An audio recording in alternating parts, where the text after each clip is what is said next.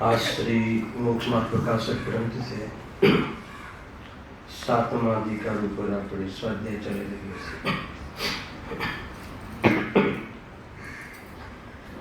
गुरुदेव श्री ना प्रवचन में आज कर्ता कर्म अधिकार नो अंतिम चरण, अंतिम पराकाष्ठा बलभलाना अभिमान उतरी जाएगी चर्चा आज जबरदस्त આવી कि आत्मा परद्रव्यનું अगर उपादान रूपથી કરતા બને તો જડ બનવાનો પ્રસંગ આવે। સાંભળીએ, નિત્યમાં તો કોઈ કરતા કરતાની વાત જ નથી, નિત્ય તો સદા કરતા છે, એને તો પૂજ્ય છે। પણ જે પ્રોસેસની વાત કરી કે પરદ્રવ્યનું કરતા, અગર જો પરદ્રવ્યનું કરતા માનો तो व्याप्य व्यापक भावना नियमना सिद्धांतना आधारे एमां मारे व्यापવું પડે। ખ્યાલ व्याप्य व्यापक भाव जे सिद्ध थाय ત્યાં જ કરતા કર્મ લાગે।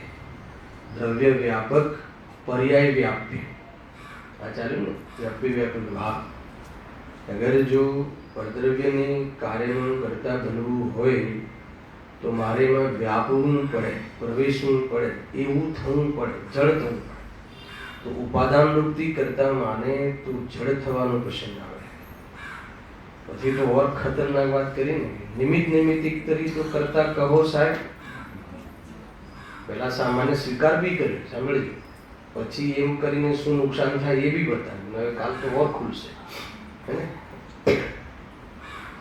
વર્તમાન બે દ્રવ્યની પર્યાયો વચ્ચે નિમિત્ત નિમિત્તિક સંબંધ શાસ્ત્રમાં કયો છે, એની ના નથી, એ સ્વીકાર બી કર્યો। પરંતુ તું નિમિત્ત તરીકે કરતા માનીશ, નિમિત્ત તરીકે જો તારે કરતા બનવું હોય તો શું નુકસાન થશે? એક તો નિત્ય કર્તૃત્વનો પ્રસંગ આવશે। નિત્ય કર્તૃત્વનો પ્રસંગ આવશે એનો અર્થ ખબર છે? હવે આવવાનું છે 101। नित्य कर्तृत्वનો अर्थ ये है कि अगर नित्य कर्तृत्वનો अर्थ સાંભળો, પહેલા કોઈ બી માનો કે આ પ્રવચનની જે વાણી છે ઉપાદાન રૂપથી કરતા હું નથી, ઉપાદાન રૂપથી કરતા તો મારે જડ થવું પડે। આત્મા અને વાણીને કરે એ વાત ખોટી છે, પહેલા તો એ ત્યાંથી લાગે છે સાહેબ। પણ મારો યોગ અને ઉપયોગ આ વાણીમાં નિમિત્ત તો કહેવાય કે ના કહેવાય? આજે વાણી થઈ એનો કરતા એ વાણી વર્ગના, ભાષા વર્ગના, એ પૂદગલનું કાર્ય બધી જ તમારી વાત માની લીધી। એનું ઉપાદાન રૂપથી કરતા એ પૂદગલ દ્રવ્ય અને એ પ્રમાણે એનું સ્વકાલમાં થવું એ બધું જ બરાબર છે। પણ એ સંબંધી મારો યોગ હે ને, એ સંબંધી મારો યોગ, વાણીનો યોગ, વચન યોગ, એ સંબંધી આત્માના પ્રદેશોનું સ્પંદન, એમાં નિમિત્ત બનવું અને મારો ઉપયોગ ત્યાં લાગ્યો ને, મેં લગાવ્યો ને, ખર્ચો કે ના ખર્ચ્યો, तो निमित्त तरीके तो मैंने राखो। तो जो जे निमित्त तरीके राखवा मांगे छे ने, एक भले बोले निमित्त तरीके पण उपादान तरीके ज राखवा मांगे छे। पहला तो छोड़ो एनी बात। कदाचित कोई कहे कि नहीं उपादान तरीके ने निमित्त तरीके ज करता અમે તો માનવા માંગીએ છીએ, તો કે એવું નિમિત્ત તરીકે કરતા બનીને તને શું લાભ છે ને શું નુકસાન છે તને ખ્યાલ છે? એની ચર્ચા થશે। એમાં એક લીટી સિદ્ધાંતિક કહી કે નિત્ય કર્તૃત્વનો પ્રસંગ આવે।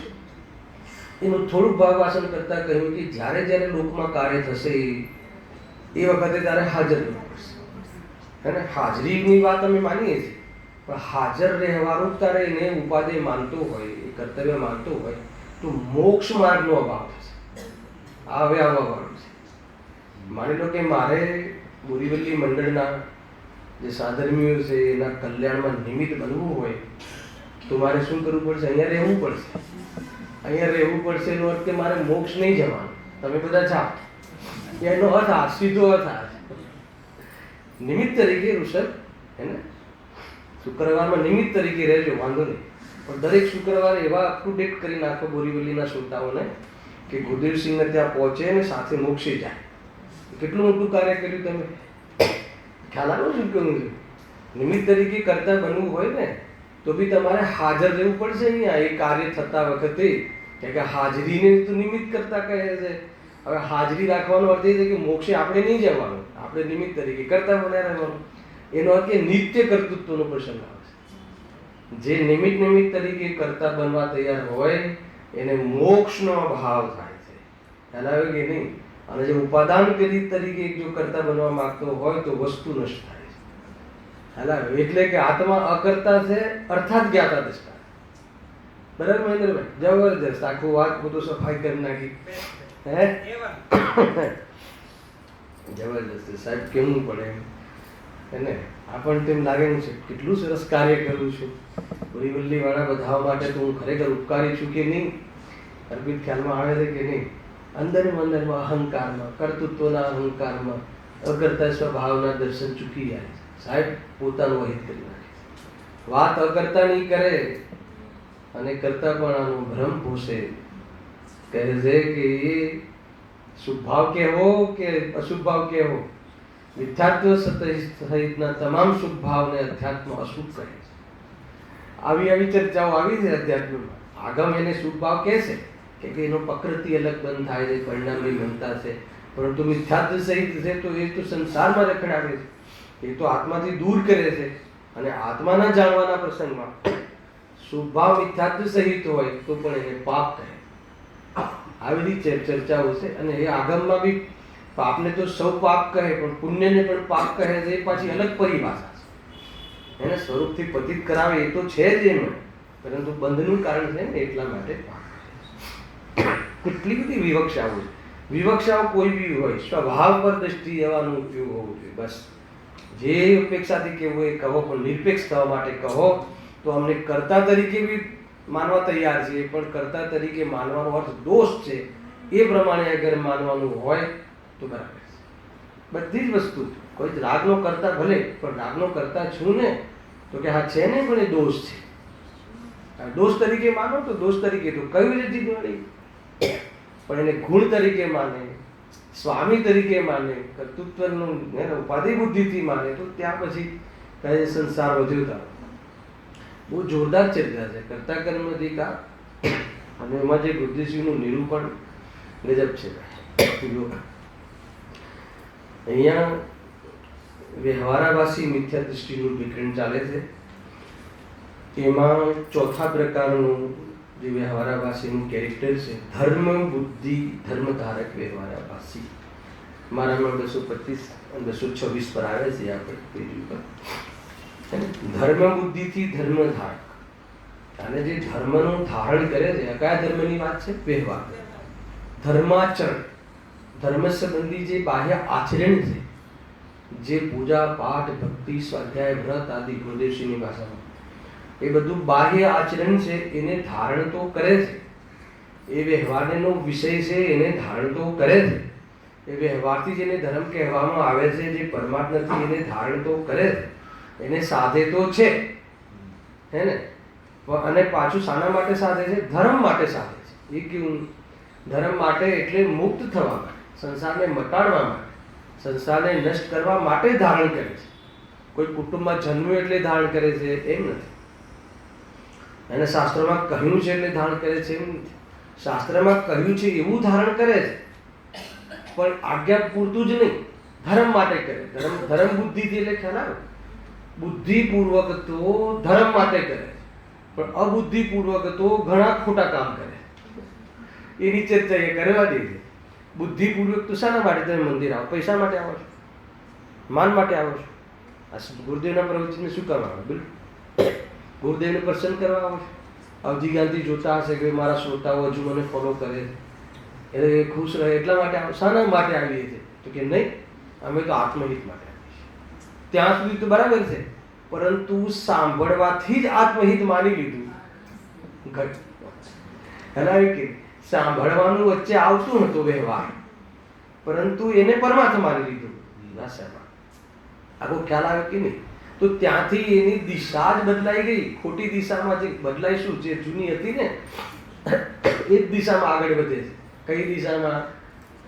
હે ને, મોક્ષથી વિમુખ, મોક્ષથી વિરોધમાં, મોક્ષમાં જવા માટેના આયતનો અને બાહ્ય આચરણો, હે, જેમાં નિમિત્ત બને છે, સહચારી બને છે, એ જ આયતનોમાં એકત્વ બુદ્ધિ સંતુષ્ટ થઈ અને મોક્ષની વિરુદ્ધમાં પ્રવર્તન કર્યા છે. હવે આવું જે હોય વ્યક્તિ વ્યવહારાભાસી, આ કેરેક્ટર અભિપ્રાયની ભૂલ છે. કાર્ય તો એ બાહ્યમાં બરાબર છે, એ તો બાહ્યમાં હશે, સ્વરૂપમાં નહીં હોતું, જોવા મળશે. એ રીતે જુઓ હવે. અને એમાં લખ્યું હતું કે મૂળ અઢી લીટી હતી ને, આપણે પહેલા વાંચી ગયા છે, એક પેરેગ્રાફ પણ થઈ ગયું છે. તો એમાં એમ કહ્યું કે ધર્મ બુદ્ધિથી આ બધું સાધે છે અને નિશ્ચય ધર્મને તું જાણતો નથી, એટલે વિતરાગતાને તું એને કોઈ મતલબ જ નથી. રાગની મંદતા કહો કે એને જે અભૂતાર્થ છે, અસત્યાર્થ છે, એ પરમાર્થ નથી, ખરેખર વાસ્તવિક ધર્મ નથી, પણ ધર્મની સાથે હોય છે. બસ એટલું જ એનું શ્રેય છે, હોય છે ધર્મની સાથે. અને એમાં એને શું માની લીધું છે? એ વ્યવહાર રત્નત્રયને મોક્ષ માર્ગ માનીને એને અંગીકાર કરે છે. એમાં સૌથી પહેલા અહીંયા પંડિતજી વ્યવહાર રત્નત્રયમાં જે પહેલું વ્યવહાર સમ્યક દર્શન, એનું અર્થાત સમ્યક દર્શન સંબંધી જે એની ભ્રમણા છે. સમ્યક દર્શનમાં લક્ષણ શું કહ્યું હતું? કે દેવશાસ્ત્ર ગુરુનું સાચું શ્રદ્ધાન અથવા સાચા દેવશાસ્ત્ર ગુરુનું શ્રદ્ધાન અને સાત તત્વોની શ્રદ્ધા. તો એ સાત તત્વો સંબંધી વિકલ્પાત્મક શ્રદ્ધા અને સાચા દેવશાસ્ત્ર ગુરુ, અરહંત મારા દેવ છે, નિર્ગ્રંથ મારા ગુરુ છે, જૈન શાસ્ત્ર મારા શાસ્ત્ર છે, એ સિવાય બીજે ક્યાંય નમતો નથી, બીજા કોઈ શાસ્ત્ર ગુરુ કે દેવની ભક્તિ કરતો નથી. આટલી જ પ્રવૃત્તિ માત્રને એ શું માની લે છે? સમ્યક દર્શન માની લે. આ ભૂલ કરી છે. એના અંતર્ગત જે 226 પર પહેલો પેરેગ્રાફ આપણે થઈ ચૂક્યો છે, સાર કહીને આગળ નીકળ્યું છું. એમાં એમ કહ્યું કે દેવશાસ્ત્ર ગુરુના શ્રદ્ધાનમાં, સાચા દેવશાસ્ત્ર ગુરુનું શ્રદ્ધાની શરત માની લીધી એને, બરાબર છે? એ શરત કહી છે, પણ એ બાહ્ય શરત છે. આત્માની શ્રદ્ધા, સ્વપનની શ્રદ્ધા, સ્વમાં અપનાપન, પરમાં પરાયપન, ચૈતન્યમાં અહમ બુદ્ધિ, ચૈતન્ય સ્વરૂપમાં હું છું એવી પ્રતીતિ, એ તરફ હેગ એ ઉપાધિની ચાલની ખબર જ નથી. પણ એને પહેલી શરત કરીને કે આ હેગ એ ઉપાધિની ચાલ કોના આધારે, અને કોના આધારે આ આપણું માર્ગદર્શન કોનું? સાચા દેવશાસ્ત્ર ગુરુ. તો સાચા દેવશાસ્ત્ર ગુરુનું સ્વરૂપ સમજી લે છે. એમાં સૌથી પહેલા એમને દેવ ભક્તિ કહી. તો દેવ વિશે બરાબર કહે છે કે દેવના બાહ્ય વિશેષતાઓ, દેહની અંતરણ વિશેષતાઓ, બાહ્યમાં બધું લખ્યું હતું, બાહ્યના અતિશય, પુણ્યના અતિશય, કેવલ જ્ઞાન સંબંધી અતિશય, અરે અનંત ચતુષ્ટય, બધી જ વસ્તુને માને છે. શું માને છે? દેવનું સ્વરૂપ માને છે. આ જ દેવનું સાચું સ્વરૂપ માને છે. એવું જે માને છે એને સમ્યક દર્શન માને છે. હેલા, મેં સમ્યક દર્શનની એક શરત પૂરી કરી એમ માનીને સમ્યક દર્શનનો ભ્રમ કરે. એ અહીંયા કહે છે. હેલા, બીજું શું કહ્યું હતું? કે જે શરીર આશ્રિત વિશેષતાઓ છે એ છે ભગવાનની, નથી એમ નહીં. ભગવાન હોય એને એવી જ બધી જે તીર્થંકર દેવ હોય, સમુદ્રમાં બિરાજતા હોય, એમને જે અતિશયો કહ્યા એ જ અતિશયો એમને જ હોય, ના નથી. અને અંતરંગમાં અનંત ચતુષ્ટય હોય. એ બંને સ્વાશ્રિત, આત્માશ્રિત વિશેષતાઓ, શરીર આશ્રિત વિશેષતાઓ, બધી જ વિશેષતાઓનું શ્રદ્ધાન છે. શ્રદ્ધાન એટલે ભગવાનને આ જ વિશેષતાઓ છે. આવું જે શ્રદ્ધાન છે એને માની લે છે કે મને આત્માનું દર્શન થઈ ગયું. મોટી ભૂલ. બીજું, ભલે એ શરીર આશ્રિત અને જે આત્મા આશ્રિત વિશેષતાઓને જાણે છે, માને છે, પરંતુ આ શરીર આશ્રિત છે અને આત્મા આશ્રિત છે એવું ભેદ જ્ઞાન નથી. કેમ નથી? ખ્યાલ આવ્યો? કેમ કે એને દેહથી આત્મા ભિન્નની અનુભૂતિ નથી. દેહથી આત્મા ભિન્ન છે, હું ચૈતન્ય સ્વરૂપ છું એવી પ્રતીતિ ન હોય. એ ભલે સાચા દેવના બધા જ વિશેષતાઓને ભક્તિ કરીને બોલે, એમ જ છે એમ માને, અન્ય દેવોમાં એની કલ્પના સુદ્ધા ના કરે, માત્ર આપણા જ દેવશાસ્ત્ર ગુરુમાં આ જ વસ્તુ હોય એમ માને. માનવાનો અર્થ શું છે? માને કોને કહેવાય એ જ ખબર નથી આપણને. તરતા તો બહુ બધું ચાલે છે ને, કે તમે માનો છો, તમે મુનિરાજને માનો છો, તમે ગુરુદેવને માનો છો, તમે જૈન ધર્મને. માનવાનો અર્થ શું છે? એ જે કહે છે એ માન્ય છે, એ બી માની લીધું, તેમ એમ નામ માનવું છે. ખરેખર તો એમને જેવું મારું સ્વરૂપ કહ્યું છે એવો સ્વાદ લેવો તો જ એમને માન્યા એવો આરોપ આવે. બાકી માનવા બાનવાનું ઉપરી ઉપરી છે, કહેવાનું છે, બાકી કાંઈ નથી. એમને માનવાનો આધાર આત્મા નથી ત્યાં સુધી માન્યા ન કહેવાય. હલાવે કે નહીં, સામાન્ય વાત છે, કૌટુંબિક દ્રષ્ટિ કહેવાય છે. બાકી જૈન તો જે ખરેખર હે ને વાસ્તવમાં કસાયોને મોહને જીતે એ જૈન છે, એ રીતે છે. એ અહીંયા કહ્યું છે પહેલા પેરેગ્રાફમાં આ બધી ચર્ચા થઈ કે જ્યારે એમને ભગવાનના વિશેષ જે બાહ્ય જે ચમત્કારવાળા જે મહિમા જે છે ને વિશેષતાઓની બહુ મહિમા આવે છે, અને જે આત્મા આશ્રિત છે એની ખબર તો છે કે ભાઈ આને આત્મા આશ્રિત કયા છે, પણ એનો મહિમા નથી આવે, એટલે એનું વેદજ્ઞાન નથી. એનું વેદજ્ઞાન નથી એટલા માટે એ બાહ્ય પરિસ્થિતિઓને જ બાહ્યનો જે વ્યવહાર છે, ભગવાનને જે ઉપચારથી ભગવાન પણ છે એમાં એને રસ છે. એક તો એ ભૂલ થઈ ગઈ, એટલે એને ચેતન અને જળનું ભેદ જ્ઞાન નથી. રાગ અને જ્ઞાન, સ્વભાવ અને વિભાવ વિશે વિવેક નથી, એ સંબંધી વેદ જ્ઞાનનો વિવેક નથી. એટલા માટે એનું નામ શું છે? એ મિથ્યા દ્રષ્ટિ જ રહે છે. ત્યાં સુધી આપણે ચર્ચા. બીજો પેરેગ્રાફ ડાયરેક્ટ એવું છે. વળી જે બાહ્ય વિશેષણો છે તેને તો જાણી તેનાથી અરહંતદેવનું મહાનપણું વિશેષ માને આવ્યું ને, અને જે જીવના વિશેષણો છે તેને યથાવત ન જાણતા. હવે આ વાતમાં બહુ જબરદસ્ત છે. યથાવત ન જાણતા, જાણીએ તો છીએ ભગવાન કેવલ જ્ઞાની છે, ભગવાન અનંત સુખી છે, ભગવાન અનંત વિદ્યાવાન છે, જાણીએ તો છીએ, પણ એ કહે યથાવત ન જાણે. ભગવાન કેવલ જ્ઞાની છે, એને યથાવત ન જાણ્યું. સાંભળજો, એમાંથી કંઈક વાત કાઢવી છે. ન જાણતા એ વડે અરહંતદેવનું મહાનપણું આજ્ઞા અનુસાર માને છે. આગમમાં કહ્યું છે કેવલ જ્ઞાની છે એ માન્યું, અથવા અન્યથા માને છે. ગજબ છે, અન્યથા માને છે એનો શું અર્થ? કોઈને ખ્યાલ આવે છે એમાં? પંડિતજીની હૃદયમાં શું વાત કહે છે કે કેવલ જ્ઞાનનું જે સ્વરૂપ છે, આપણે એક લઈએ પહેલા. કેવલ જ્ઞાનનું જે સ્વરૂપ છે એને યથાવત નથી જાણતો. તો કેવલ જ્ઞાનમાં અનંતને જાણે છે એનો તો મહિમા આવે છે, પણ કેવલ જ્ઞાન અનંતને જાણે છે એનો અર્થ કે સર્વ પદાર્થોનો અકર્તા છે એના તરફ ધ્યાન નથી. કોઈને ખ્યાલ આવે છે?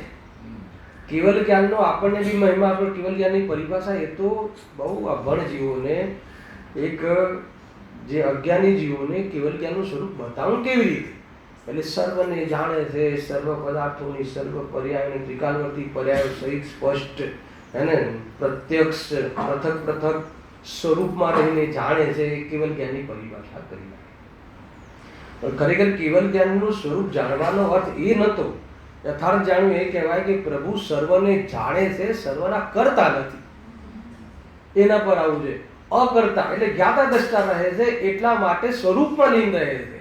પ્રયોજન આનંદનું છે, પ્રયોજન જાણવાનું નથી. હે ને? અને આનંદ ત્યારે રહે કે કરતા કર્મ સંબંધી અજ્ઞાન માટે. આનંદ ત્યારે રહે કે કોઈ પદાર્થને પોતાને કરતા ન માને, અને કરતા ત્યારે ન માને કે પોતાના જ્ઞાન સ્વભાવ દ્વારા પોતાને જ્ઞાતા દ્રષ્ટાનુભવ કરે. એટલે કેવલ જ્ઞાનનો અર્થ એ છે કે અકર્તા, એના તરફ ધ્યાન જતું નથી. ખ્યાલ આવે કે નહીં? એટલા માટે અહીંયા પંડિતજી કહે છે કે એની જે વિશેષતા છે, વિશેષતાને પણ શાસ્ત્રમાં કહી છે. ગુણોનું આ રીતનું પડમન છે, અનંત આવી ગઈ છે ગુણોમાં, એટલે ભગવાન છે. પણ આવા ગુણો મારામાં છે એવો વિચાર સુદ્ધા નથી કરતું, અને હું પણ જ્ઞાન સ્વરૂપી છું એવું પ્રતીતિ કરતું નથી.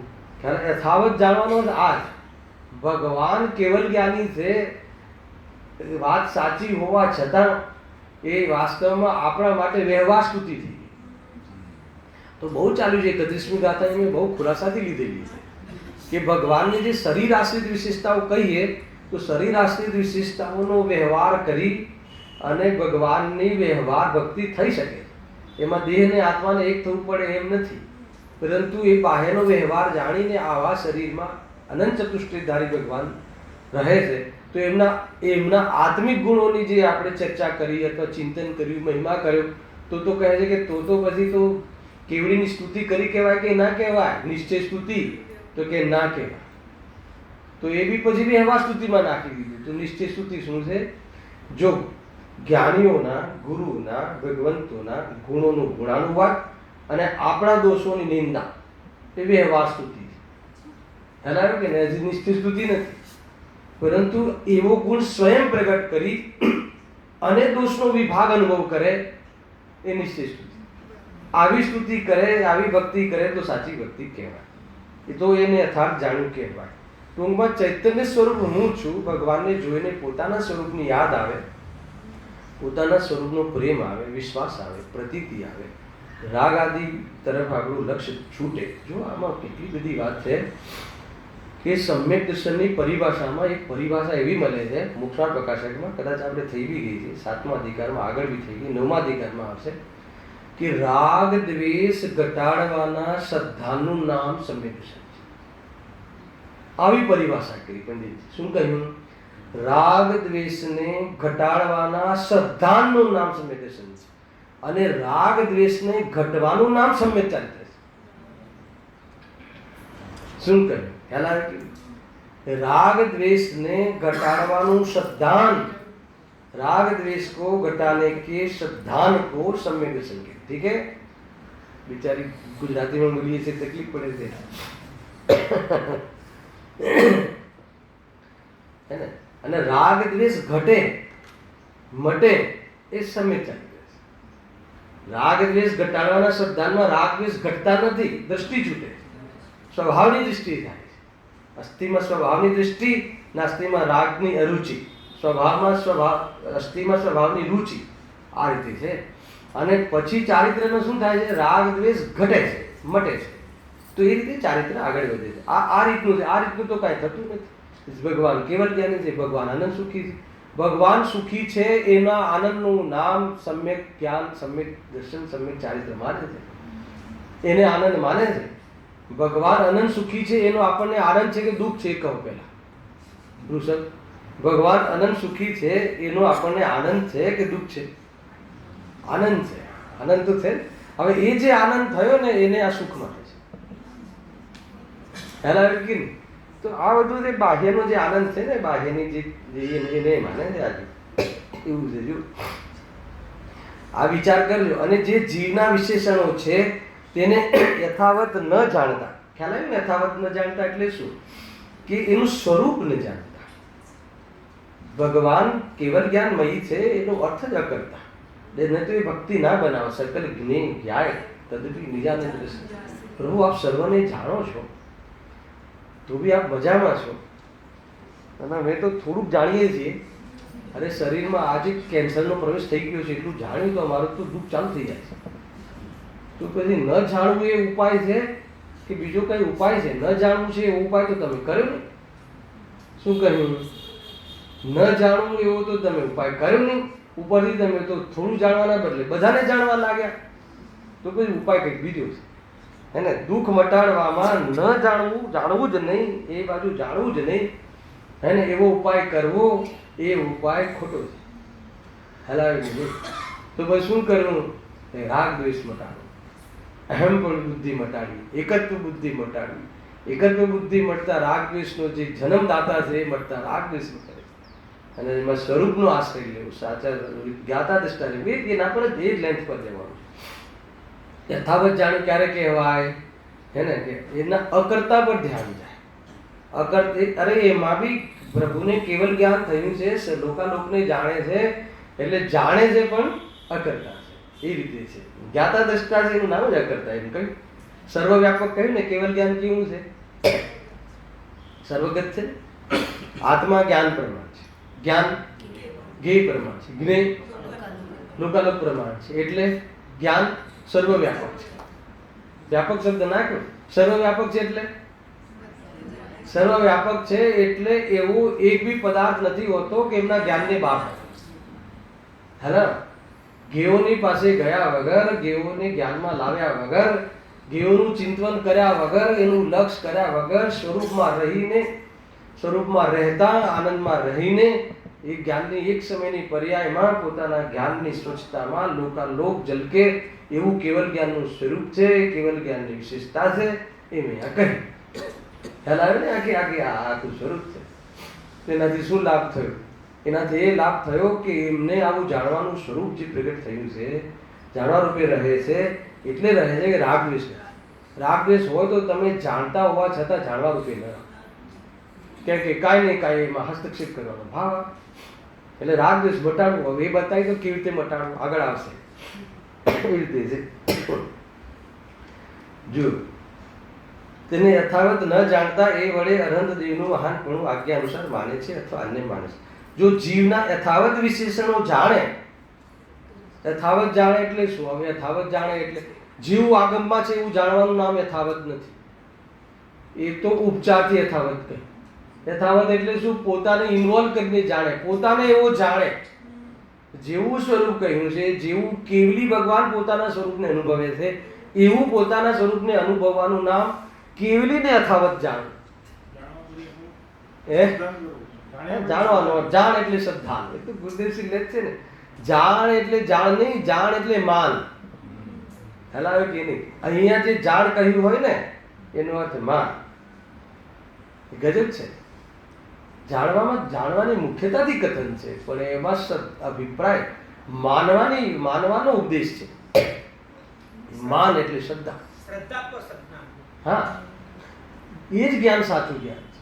શ્રદ્ધા ના પોસાય તો એ જ્ઞાન જ નથી. ઇન્દ્રિય જ્ઞાન છે, બહિર જ્ઞાન છે, શાસ્ત્ર જ્ઞાન છે, સૂક્ષ્મ જ્ઞાન છે, ગાઢું જ્ઞાન છે, ક્ષણિક જ્ઞાન છે, અધ્રુ જ્ઞાન છે તો જ્ઞાન, પણ એ જ્ઞાન કાર્યકારી નથી, એટલે અમે એને જ્ઞાન કહેતા નથી. બહુ બધી પરિભાષા ખ્યાલ આવે કે થોડું ફાસ્ટ જાય છે. હવે કેટલી વાર કહ્યું છે આ તો, હવે તો શું આમાં ખાસ શું હોય? જો જીવના યથાર્થ વિશેષણો જાણે તો મિથ્યા દ્રષ્ટિ રહી. હવે સાંભળો, બહુ જોરદાર. જેટલા ઉપચાર કથન છે ને, તો ઉપચાર કથનમાં ઉપચાર નથી માનતો, પરમાત્મા છે. જો અહીંયા શું કહે છે? વળી જો અરહંતોને સ્વર્ગ, મોક્ષદાતા, દીનદયાળ, અધમોદ્ધારક અને પતિત પાવન માને છે, તેમાં શું ખોટું કરે? આપણે નથી ભાષાઓ છે ને, પ્રભુ પતિત પાવન મેં અપાવન. પતિત પાવન છે કે નહીં? હે ને? જે અશુદ્ધતાથી દૂર રાખવાવાળા, અધમોદ્ધારક, હે ને? અધમ નીચતાથી રહિત કરાવવાવાળા, છે પાપોથી બચાવવાળા, એવું કહીએ છીએ ને. પ્રભુ આપ તો મોક્ષદાતા છો, દીનદયાળ છો. તો આ બધી પરિભાષાઓ તો જ્ઞાનીઓ પણ કહે છે, સમજવાનું શું કહું છું. પણ એ ઉપચાર છે ને એ ખરેખર માને છે, એટલો મોટો અંતર છે. અરે જ્ઞાનીની ભાષા તો એટલી રાગની ભાષા, જ્ઞાની રાગની ભાષા તો એવી છે કે જાણે એમ લાગે કે જ્ઞાની જ નથી. એટલી ભક્તિ છે ને. અહો અહો શું છે? અહો અહો શ્રી સદગુરુ કરુણા સિંધુ અપાર. પછી પામર પર પ્રભુ કરો અહો અહો ઉપકાર. હવે સાંભળો. શું ચરણ પ્રભુ કને ધરું આત્માથી સૌહીન. અર્થ ખ્યાલ આવે? પ્રભુ તમે એટલો ઉપકાર કર્યો છે, કને ધરું એટલે શું ધરું? તમારા ચરણમાં એવું તો શું ધરું કે જે પણ ચીજો છે એ બધું આત્માથી સૌ હીન છે. આત્મા તમારા ચરણમાં ધરી શકું, પણ તે તો પ્રભુએ આપ્યો વર્તું છે. પ્રભુ કઈ તમે, એ તો તમે જ આપ્યો છે. મને આપ્યો છે કે બતાવ્યો છે? અચ્છા, આ કોણે લખી છે? ભક્તિ જ્ઞાની લખી છે. અને જ્ઞાની શું કહે છે? પ્રભુ તમે મને આત્મા આપ્યો. રાગ આવું બોલે, પણ રાગ જેવું બોલે એવું નહીં સમજવાનું. એનું નામ સમ્યક શ્રદ્ધા. રાગ તો એમ જ બોલશે ને. મને બતાવ્યો એ તો વ્યાજબી છે, પણ પ્રભુ આપ્યો એ તો બિલકુલ વ્યાજબી નથી. કેવી રીતે આપી શકે કોઈ? આત્મા આપી શકે આપણને. મતલબ કે આપ્યો એનો અર્થ એ છે કે પ્રભુ તમે બતાવ્યો અને મેં પ્રાપ્ત કર્યો, એને આપ્યો કહેવાય. પણ કોઈ કોઈને આપે નહીં એવી વ્યવસ્થા છે. કે તો રાગની ભાષા એવી છે. તો એને એમ થઈ ગયું કે જો શ્રીમદજીએ ભક્તિ કરી શ્રીમદજીએ ભક્તિ કરી તો આપણે બી ભગવાનની ભક્તિ કરે તો આપણને ક્યારેક આપી દે સાંજે સવારે બપોરે ક્યારેક કોઈ મેળે નહીં પડે, થાકી ગઈ. ખરેખર કહું આવું ચાલે છે. ભક્તિ તો કમજોરી છે. મને બોલાવ્યો હતો ને ત્યાં ક્યાં છે કોબા અમદાવાદમાં કરી કોબા છે પુરુષચંદમાં બોલાવ્યો હતો. હવે ત્યાં પ્રકરણ હતું. મેં કીધું ભક્તિ છે જ્ઞાનીની કમજોરી છે. હવે એ બધું ભક્તિ પ્રધાન છે ત્યાં તો, હે ને. અહીંયાથી ઘણા લોકો બી છે ત્યાં, ઘણા કોઈના વેવાય છે, કોઈના સગા છે, બધા છે. ત્યાં ઓળખાણ કરે ને કે તમે ત્યાં ગયા હતી, કહેજો જરા મળે તો. હું તો કહીને આવી જ છું. મેં એમ કહ્યું એટલું જ કહ્યું મહેન્દ્રભાઈ કે ભાઈ ભક્તિ, અને ત્યાં ભક્તિની એટલી પ્રધાનતા છે કે જાણે કે ભક્તિ જ ધર્મ છે. એ તો અહીંયા દોષ કહે છે. ભક્તિ દોષ નથી, ભક્તિ મિથ્યાત્વ નથી, ભક્તિ તો ચારિત્રનો દોષ છે, ભક્તિ ચારિત્રનો મળ છે, ભક્તિ વિકાર છે, પણ ભક્તિ મિથ્યાત્વ નથી. પણ ભક્તિને શક્તિ માનવી, એ તો જ્યારે સ્વરૂપમાં ન રહેવાય ત્યારે ભગવાન યાદ આવે છે. ભગવાન યાદ આવવું એ તો કમજોરી છે બાપુ. ભગવાનનું યાદ આવવું એ ભગવાન આત્માને છોડીને ભગવાન યાદ આવવું એની વાત છે. તો તમે કહો આ સારું કીધું ભગવાનને યાદ કરવાનું. દુકાનને યાદ કરીને ભગવાનને છોડી દેવું, યાદે ના કરવું એ તો ગયો. આ તો ભગવાન આત્માને છોડી, ભગવાન આત્માથી હટીને, ભગવાન આત્માથી ઉપયોગ હટાવીને જ્યારે ભગવાનની પાસે આવવું પડે છે એ જ્ઞાનીઓને કઠિન લાગે છે. હલાવી નહીં, એનું નામ ભક્તિ છે. કઠિન લાગે તો હે બુદ્ધિ, અને આવું ગમે તો ઉપાધિ બુદ્ધિ. તો કહે છે કે તારી ભક્તિ જ સાચી. હવે આપણે ક્યાં છીએ એ બધું અભિપ્રાયથી નક્કી કરવાનું છે. ભક્તિમાં તો બધા દેખાય છે, પણ ભક્તિમાં એને કમજોરી લાગે છે, ભક્તિમાં આપણને આનંદ પડે છે. આપણે ભક્તિમાં આનંદ કરીને ગુરુદેવશ્રીની ભક્તિ કહું થોડું ખરાબ લાગશે. મારે આ ભક્તિ કરવાની, મારે આ કરીશ, હું આ કરીશ, હું આ ભક્તિ બધાને કહ્યું હતું ને કે એકબીજા. હવે આ ભક્તિ કરી, હવે ભક્તિ કરી એનો બી વાંધો નથી, પણ એ ભક્તિ કરીને સંતોષ થઈ ગયો કે આપણે ગુરુદેવને, હે ને, વાસ્તવમાં શું કર્યું, ગુરુદેવને શું કરી શકતા હતા, શું કરી શકતા. એ ભક્તિ કરવાથી રીઝે વાજી. અરે તમે સમ્યક દર્શન કરી લો તો એ ના રીઝે, તેથી શું એ ખબર હે, તેથી શું વાત ક્યાં છે. તું માને શું છે ભક્તિ કરીને, માને શું છે તું ભક્તિ માનીને તું ભક્ત જ માને છે ને. ભગવાન આત્મા માને પોતાને, અને ત્યારે તારી એ ભક્તિ વ્યવહાર કહેવાય. ભાઈ બહુ મોટી વાતો છે. આપણને સીધું તો આવડતું જ નથી, આપણે તો આડું ટેડું કરવાનું ફાવે છે. અમે બી આયોજન કરીએ એમ બધા ભક્તિના, પણ પછી એનું નસો ઉતારવા માટે આવું એક પ્રવચન રાખીએ. 15 મિનિટ સ્પીચ રાખવી જોઈએ ચંદ્રકાંતભાઈ આવી, તો એને જે ભક્તિ કરી અને કંઈ માની લીધું હોય ને એ નસો અહીંયા જ ઉતારી દે. ખરેખર એ છે. હા, મારે બધા જે બધા વિદ્વાનો સાંભળે છે ને 10 બાદ મારા અમારા સભા, તો કે આમ તો ભાઈ તમે પ્રેરણા આપો છો. અને પછી એમ કીધું હું પ્રેરણા આપું છું એ તો સારી વાત છે, પરંતુ એમાં ફસાઈ જઈએ નહીં એવું ગુરુદેવશ્રી આપણને શીખવાડે છે. એના પર ધ્યાન આપવું કે ના આપવું.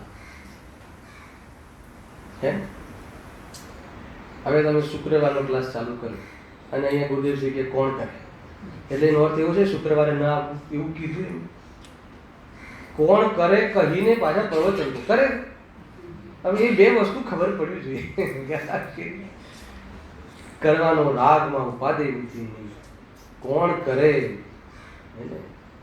આવ્યું હતું ને કે રોટલા ખવડાવે, રોટલા પોપટભાઈ નામ લીધું હતું જીવી આપણા એના પછી રોટલા ખવડાવે પ્રાણીઓને. કોણ, એનો અર્થ શું? ખવડાવવાનો રાગ આવ્યો છે એ પણ તું નથી, તો ખવડાવવાની ક્રિયાનો તું કરતા કેવી રીતે? અહંકાર શાનો કરે છે? એનાથી ધર્મ થઈ ગયો એવું શાનો માને છે? આવી કડક ભાષામાં કેવું શાનો માને છે, કેવી રીતે માને? ખ્યાલ આવે? ગુરુદેવશ્રીની જે ભાષા છે ને એને કોઈ વખત આ રીતે લો કે હું શાનો માને છે, તો એમ એવું આપણને ગુરુદેવશ્રી કહે છે. ટોકવું જોઈએ પોતાને થોડુંક, બહુ પંપાડવાનું નહીં રાગને. નહીં પ્રભુ તમારી ભક્તિ કરી, આટલી ઊંચી ભક્તિ કરી, સારા અવાજમાં કરી, કોનો અવાજ, કોઈ જગ્યાએ મેલ જ નથી. હે ને બધી ભિન્ન ભિન્ન વિચારધારાઓની સરકાર બને તો શું દશા? એવી દશા છે. મિલી જુલી સરકાર કોઈ અર્થ નહીં. એને એનું કોઈ ભવિષ્ય હોતું નથી. સ્વયંની સત્તાનો ખ્યાલ નથી, બહારની સત્તામાં એને આ બધી બાબતો શીખવા જેવી. આનંદની વાત છે કે આપણી પાસે માર્ગ સાચો છે, પરંતુ એટલાથી પર્યાપ્ત નથી. વિચાર કરજો ભાઈ. જો વળી તે અરહંતોને સ્વર્ગ મોક્ષદાતા, હે ને, અરહંત ભગવાન શાના દાતા છે? સ્વર્ગ અને મોક્ષના. ખરેખર છે તો પછી કેમ લખ્યું? શાસ્ત્રમાં લખ્યું છે કે પ્રભુ આપ તો સ્વર્ગ અને મોક્ષના દાતા છો. એનો અર્થ એ છે કે તમે જે કહો છો એ માર્ગે અમે ચાલીએ છીએ, તેમાં જેટલી વિશુદ્ધિ રહે છે એનું ફળ સ્વર્ગ છે, અને જેટલી શુદ્ધિ આવે છે એનું ફળ મોક્ષ છે. તો એ બંને અમને પ્રાપ્ત થયું. બસ વાત એટલી હતી કે તમે જે બતાવ્યું એ પ્રમાણે અમે અનુસરણ કર્યું છે. હવે અનુસરણ કર્યું છે એનું ફળ છે, તમે બતાવ્યું એનું ફળ નથી. એટલે એ એટલી જોરદાર વાત છે. આપણને એમ લાગે કે એમાં ભગવાનની ઘરીમાં ઘટી જાય, તો કે નહીં, એમાં જ ભગવાનની ઘરીમાં છે. હે ને, એમને કરી આપ્યું એમાં ભગવાનની ઘરીમાં નથી, કેમ કે પોતે અકર્તા અનુભવ કરે છે અને તું એમને જગતનો કર્તા માનવા તૈયાર થયો છે. તો કે એમની એના વિરોધમાં વાત થઈ. યાર ખ્યાલ આવે થોડી ઘણી બી? જો તે તો જેમ અન્ય મતીઓ કર્તૃત્વ બુદ્ધિથી ઈશ્વરને માને છે, હે ને, તેમ આ પણ અરહંતને માને છે, પણ એમ નથી જાણતો. જો સિદ્ધાંત બતાવ્યો, ફળ તો પોતાના પરિણામોનું લાગે છે, તેને અરહંત તો નિમિત્ત માત્ર છે. તે ઉપચારથી એ વિશેષણો સંભવે છે. એ તો ઉપચારથી તને જે ફળ મળ્યું એ શાનું છે? પોતાના પરિણામ. એ વખતે અરહંત ભગવાનનું નામ તો દીધું, ભક્તિ તો કરી, પણ વિશુદ્ધિ ના હોય તો પુણ્ય ફળ બી નથી હોતું. વિશુદ્ધિ હોય તો પુણ્ય ફળ મળે છે, અને ભેદ જ્ઞાન હોય તો મોક્ષ માર્ગનો પ્રારંભ થાય છે. એમાં ભગવાનનું કોઈ યોગદાન નથી. તો પછી ભગવાનનું યોગદાન નથી, પણ ભગવાનની ભક્તિ કરી એનું તો યોગદાન છે ને. તો એ ભગવાનની ભક્તિ કરી એનું યોગદાન સ્વર્ગ છે. હેલા કે નહીં? સ્વર્ગ છે તો સારી વાત છે ને. તો કે ગતિ છે, ભવ છે, એને મોક્ષ નથી. હા, એ તો કોઈ કે ભાઈ ભક્તિનું યોગદાન, એ ભક્તિમાં વિશુદ્ધિ છે, એનું યોગદાન ક્યાં છે? સ્વર્ગ છે ને. તો કે અમારે તો એટલું જ જોઈતું હતું. તો કે એટલું જોઈતું હોય એને ના મળે. એ તો એ લખ્યું છે શાસ્ત્રમાં, એને આત્મા જોઈતો હોય અને આત્માનો અનુભવ કરે, એને વિશુદ્ધિ જે રહે કમજોરીમાં, એનું ફળ મળે છે. એની કામના જ્ઞાનીને હોતી નથી. કામના હોતી નથી, કાર્ય તો હોય છે. ભક્તિનું કાર્ય જ્ઞાનીને હોય છે, પણ ભક્તિમાં કામના હોતી નથી. હે ને, સંસારની કામના હોતી નથી. ભાવના હોય છે, પણ એ ભાવના તો સ્વરૂપના લક્ષ્ય ફરે છે, વિશુદ્ધિના લક્ષ્ય નહીં. રસ્તામાં આવે અને તું એને પકડી લે, તારો દોષ છે. બહુ સ્પષ્ટ છે આમાં કઈ. અને આ જે શૈલી છે ને, એમાં આપણને તકલીફ નહીં પડે. થોડી નિશ્ચયાવાસની શૈલીમાં તકલીફ પડતી છે કે ત્યાં આપણે એવું લાગતું હતું કે અહીંયા શુભ ભાવનું સમર્થન છે. અહીંયા તો શુભ ભાવને ઉડાવવાનું તો આપણે બી એટલા વર્ષથી સાંભળીએ જ છીએ, પણ અહીંયા શુભ ભાવને નથી ઉડાવ્યો ભાઈ. અહીંયા શુભ ભાવની દ્રષ્ટિને ઉડાવી છે. અને શુભ ભાવને ઉડાવવાવાળો તું કોણ? અને શુભ ભાવનું કરવા વાળો તું કોણ? શુભ ભાવનું જાણવા વાળો અને શુભ ભાવના આ ભાવનો જાણવા વાળો. ઉદ્દેશી કહે છે કે રાગનો કરતા તો તું છે નહીં, પણ રાગના ત્યાગનું કર્તૃત્વ પણ તને નથી. તો હવે બતા કેમ? કેમ કે આત્માને તો જ્ઞાતૃત્વ જ છે. આત્મા તો રાગના ત્યાગને જાણે છે. આત્મા તો આત્માને જાણે છે, રાગથી ભિન્ન જાણે, એનું નામ ત્યાગ. ખરેખર તો એ વ્યવહાર છે. ખરેખર તો આત્મામાં છે, મજામાં છે. એ જ એનું ઉપાદાન ને એ જ એનું પરમાર્થ. આ વાત અહીંયા પૂરી થાય. હા બોલે. હા,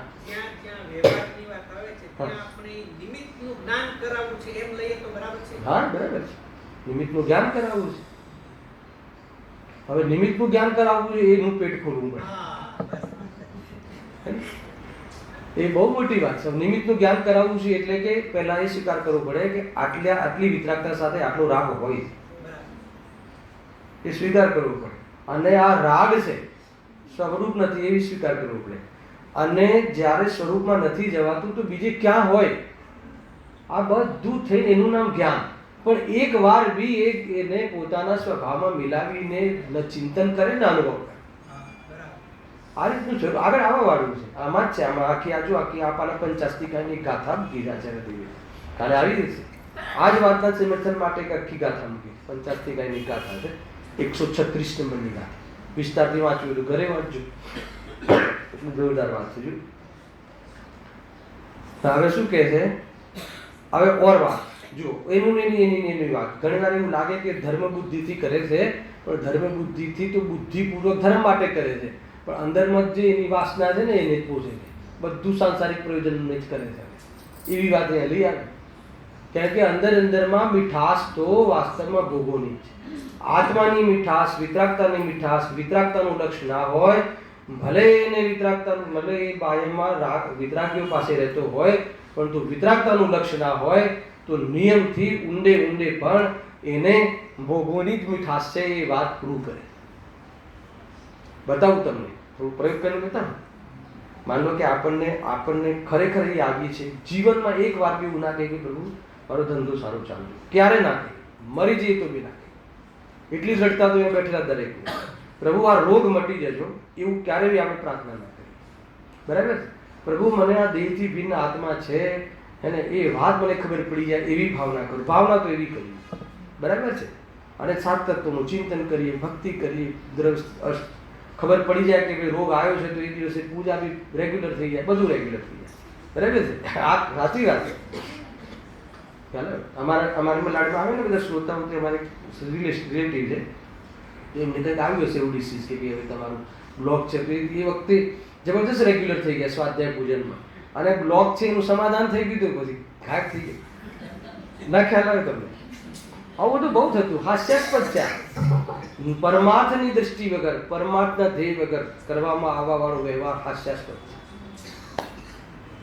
હવે આપણી વાત કરતા હતા ને કે માનો કે આપણને નો ડાઉટ આપણે એ બુદ્ધિપૂર્વક તો ધર્મ માટે કરીએ, હવે આત્માની રુચિ કેળવતા નથી અથવા એ તરફ ધ્યાન નથી, એટલે અહીંયા જ ફસાયેલા છે. તો આપણને ઊંડે બી આપણું બરાબર માનવા કે કોઈ ઉદય બદલાતો રહે ને, કેમ કે સંક્રમણ, અપકર્ષણ, ઉત્કર્ષણ બધું જ છે એમ. જ્યાં વિશુદ્ધિ થાય ત્યાં બદલાતું હોય છે, એટલે સમાચારો બદલાતા રહે તો અંદરમાં ગમે છે કે નથી ગમે. હવે ગમે છે ત્યારે પ્રભુ તમારો ઘણો ઉપકાર એવું એકવાર આવે છે કે નહીં, તો ઉપકાર ભગવાનનો ઉપકાર સમ્યક દર્શનમાં નિમિત્ત હોય કે ભગવાનનો ઉપકાર બાહ્ય અનુકૂળતામાં આવ્યો કે ઊંડે મીઠાશ છે. આપણને એવું લાગે છે કે નહીં, જ્યારથી સોનગઢ ગયો છું ત્યારથી મારે બધું બરાબર ચાલે છે, હે ને? ગુરુદેવશ્રીના પગલાં થયા છે પછી તો મારું જીવન બદલાયું. શું બદલાયું? મિથ્યા તો પલટાઈ ગયું, તો હવે શું બદલાઈ ગયું બતા. ખરેખર કેવું કે જે મને ગુરુદેવશ્રીના સાથેના સંપર્કનો પરિચય આજ સુધી, અમારે ત્યાં ગુરુદેવના પગલાં થયા છે. બહુ સારા, આનંદની વાત. પણ પછી બીજું વાક્ય, ગુરુદેવના પગલાં થયા છે ત્યારથી જીવન બદલાય. હવે એનો અર્થ કરો, જીવન બદલાયું, સોચ બદલાઈ ગઈ, અભિપ્રાય બદલાઈ ગયો. તો કેમ ના, એમ નહીં, બધું બદલાઈ ગયું એટલે શું? ખ્યાલ આવી ગયો તમને? નથી કે અંદર મીઠાશ છે, અંદર ઊંડે મીઠાશ, એના વગર તો જીવ અટક્યો જ ના. હવે શું કરવું? ઊંડે મીઠાશ છે એનું જ્ઞાન તો કરવું, હે ને? ફેર વિચાર કરવો, ફેર પ્રયોગ કરવો, વારંવાર પ્રયોગ કરવો, પોતાના જ્ઞાનને, વેદ જ્ઞાનનો સબ્જેક્ટ આપવો, એ અંદરની મીઠાશ ખતમ થઈ જશે. બીજો ત્રીજો ચોથો ઉપાય નથી. કોઈ બાહ્યમાં પ્રવૃત્તિમાં લાગી જાય કે કોઈ બાહ્યમાં આચરણમાં આ છોડીને આચરણમાં લાગી જાય. અરે જેટલું અપેક્ષિત છે આપણે ગ્રસ્ત જીવનમાં એટલું આચરણ પર્યાપ્ત છે સમ્યક દર્શનમાં, હે ને? ચોથા ગુણસ્થાને કે નીચલા ગુણસ્થાનોમાં ઉપરના ગુણસ્થાનોનું આચરણ કરવા કરે, આગ્રહ રાખે તો કહે છે કે એને બોજો લાગશે. આ કહે, હું કોઈ આચરણનો દુશ્મન નથી. તમને એવું લાગતું હશે કે જ્યારે વ્યવહારા પાસે મિથ્યા દૃષ્ટિનું વર્ણન કરો છો ત્યારે અમને એવું લાગે છે તમે આચરણના દુશ્મન છો, અને જ્યારે નિશ્ચયવાસીનું વર્ણન લો છો ત્યારે એવું લાગે છે કે તમને આચરણનો મહિમા છે. અરે તને સમજતા જ ના આવ્યું ત્યારે. એટલે હું દર વખતે કહેતો કે અહીંયા તમને એવું ના લાગવું જોઈએ કે આચરણનું સમર્થન છે, હે ને? એ જીવને પાપમાં લાગી જાય છે એટલે કહે છે કે તું એને વિકલ્પ માનીને છોડી દે છે, તો પછી તું નિર્વિકલ્પ તો થયો નહીં. તો જ્યારે વિકલ્પનો પ્રસંગ આવે, જ્યારે રાગનો પ્રસંગ આવે, તો વિતરાગતાના રાગને ઉપાધિ કહ્યું છે. અરે વિતરાગતાનો વિચાર કરો, ઉપાધિ એટલે બુદ્ધિની વાત નથી. ત્યાં બધી જ વસ્તુઓ સ્પષ્ટ છે. માનો કે મારે વાત કરવાનું જ્યારે ભાવ આવે, પહેલા તો વાત કરવાનો મતલબ જ નથી, પણ વાત કરવાનો પ્રસંગ આવે તો હું આત્માની વાત કરીશ, એ સિવાય નહીં કરું. ખ્યાલ આવે કે નહીં? આ આખું પ્રયોજન આવે છે. આ જીવ નથી સેવા. પોતાના પરિણામ શુદ્ધ થયા વિના અરહંત પણ સ્વર્ગ મોક્ષાદિના દાતા નથી. આવી ગયું ને? તો પછી હરેન્દ્ર ભગવાન મોક્ષ અને સ્વર્ગના દાતા જ ક્યાં ઠર્યા? દાતા તો શુદ્ધ ભાવ ઠર્યો. તો શુદ્ધ ભાવ ઠર્યો તો એ શુદ્ધ ભાવમાં રોલ કેટલો હતો દેવશાસ્ત્ર ગુરુનો? માર્ગદર્શન જેટલો. તે કર્તા બનાવી દીધા, હાલાકી કે તે માલિક બનાવી દીધા. ભલે તારો રાગ આવી ગયો તો હે પ્રભુ દીન દયાળ તમારાથી મારો સંસાર મટ્યો છે, એ રાગ બોલે છે, જ્ઞાન નથી બોલતું. હે ને? એ તો રાગની ભાષા એવી છે, અને રાગની ભાષા દાસત્વની જ હોય અને એ જ શોભે. હે ને? ભગવાન હું પણ ભગવાન અને તું પણ ભગવાન, એ મંદિરમાં કરવાની ભક્તિ નથી, એ વાસ્તવમાં પોતાનામાં બેસીને કરવાની ભક્તિ છે. ભગવાનના આગળ તો પ્રભુ હું દાસાનું દાસ, ઉદ્દેશ દાસાનું દાસ, પ્રભુ આપ, એ રીતે જ ત્યાં ભગવાનના આગળ એમ નહીં તમે કંઈ કરતા નથી, એનું હું તો તમે તો કરતા છો ને એવું એવી ભાષા નથી. એ શ્રદ્ધાની જેટલી વાતો છે ને અનુભવ કરવાની છે, અને જેટલી વાત કથનમાં છે ને વ્યવહારની એ કથનમાં આવે. આપણે આ લાસ્ટ ટાઈમ મેં વાત કરીએ કથનની વાત, જે કથન કરવાની વાત તો શ્રદ્ધામાં લઈએ છીએ આપણે, અને શ્રદ્ધાની વાત કથનમાં લાગીએ છીએ, એટલે જીવ અટક્યો છે. આ મહેન્દ્રભાઈ જો વિચાર કરવા સૌ એ તો ગુરુદેવ નિરૂપણ કરે છે કોણ કરે. હે ને? માન લો કે કોઈ આપણને સલાહ આપે કે ભાઈ દેવ દર્શનમાં આવો, સ્વાધ્યાયમાં આદિ આવો, તો કોણ કરે એ નહીં કહેતા. કોણ કરે, કોણ કરી શકે, ખરેખર તો આત્મા જ્ઞાન કરી શકે એ વખતે શ્રદ્ધાનો વિષય લ્યો. હા સાહેબ, કાલથી હું ટાઈમસર આવીશ, ભાષા બહાર નહીં હોય. હલાવે કે આપણે શું કરીએ છીએ? ભાષામાં કોણ કરે એટલે થઈ ગયું હું જ્ઞાની, અને અંદરમાં હલાવે કે નહીં મારી નોટિસ થાય છે કે મને આમંત્રણ મળ્યું છે, તો અંદરમાં તો એનો મહિમા છે, શ્રદ્ધામાં તો વ્યવહારનો મહિમા છે, અને કથનમાં તો પરમાત્મા કરે છે. આ સૌથી મિથ્યાત્વનું પ્રદર્શન છે. હલાવે હવે માનો કે તમે મને ઓળખાણ કરાવો કે આ મારો ભાઈ છે, અહીંયા પ્રવચનથી કોઈ કોઈનું હોતું નથી, કોઈ કોઈનો ભાઈ હોતું નથી, આત્માને ભાઈ હોતું નથી. પણ એ સાંભળીને હું તમારા ઘરે આવ્યો, તમે કહ્યું કે ભાઈ આ મારો ભાઈ છે, હું શું કહીશ? તેમ કહીશ કોણ ભાઈ હોતો નથી? આ બહુ બને. અરે ભાઈ ભાઈ હોતો નથી એ જ વખતે શ્રદ્ધા, એ જ વખતે શ્રદ્ધાનો વિષય છે. એ જ વખતે તમે જ્યારે કહી રહ્યા છો ને આ મારો ભાઈ છે, ત્યારે તમે એ જ વખતે કે ભાઈ કોઈનો હોતો નથી, આ ભગવાનને હું બી ભગવાન એવી બોલ વગર વિચારે એવું તમને ફિલિંગમાં રહે, એવું તમને એ સંબંધીનું લક્ષ્ય રહે, ખ્યાલ આવે કે નહીં એ વાસ્તવ અનુભવની વાત છે. અને આ તો તમારો આ ઉપચાર છે, નહીં તો તમને ખરેખર આ ભાઈ છે એમ જ માનો છો. ભલે બોલો એમ કે કોનો ભાઈ. હા, અતિરેક આવી જાય છે ભાષાઓ. અહીંયા થાય છે, કોઈ પછી ઓળખાણ કરાવે તો હમણાં તો સાંભળ્યું ભાઈ નથી. અરે ભાઈ એ ભાઈ નથી એ સાંભળ્યું એ અનુભવ કરવા માટે છે. બહારમાં કથનોમાં લાવવા કે બહારના વ્યવહારોને એ વ્યવહાર એ રીતે તૂટતું નથી. વ્યવહારને નિશ્ચયના કથનોથી તૂટતું નથી, નિશ્ચયમાં પ્રવેશ કરવાથી વ્યવહારનો અભાવ થાય. નિશ્ચય નિષેધક છે, વ્યવહાર નિષેધ્ય છે. નહીં રહસ્ય વાંચો છો કે નહીં? એ છે. અને વ્યવહાર પ્રતિપાદક છે અને નિશ્ચય પ્રતિપાદ્ય છે. આ બે સૂત્રો જો ખ્યાલ આવે ને તો કમાલ થઈ જશે. અગર વ્યવહાર તમને નિશ્ચયનો પ્રતિપાદ્ય ના લાગે તો કે વ્યવહારનું જ્ઞાન જ નથી. અને નિશ્ચયમાં નિશ્ચય નિષેધક છે અને વ્યવહાર નિષિદ્ધ છે. બરાબર? તો નિશ્ચયને અંગીકાર કરે તો એનું નામ કે વ્યવહારનો દ્રષ્ટિમાં નિષેધ થાય છે, અને નિશ્ચયનો આશ્રય વધારે તો વ્યવહારનો પરિણામમાં નિષેધ થાય છે. વગર નિશ્ચય વ્યવહારનો નિષેધ કરે તો આભાસ થાય છે. શું કહ્યું? કે નહીં? વગર નિશ્ચય વ્યવહારનો નિષેધ કરે છે તો નિશ્ચયાભાસ થાય છે, અને વગર નિશ્ચય વ્યવહારને પકડી લે તો વ્યવહારાભાસ થાય છે. બરાબર ગોઠવીને વિચાર કરજો. કાલે આપણે આનો વિચાર આગળ કરીશું. શુદ્ધ સ્વરૂપ અવિનાશી આત્મ સ્વરૂપ શુદ્ધ સ્વરૂપ અવિનાશી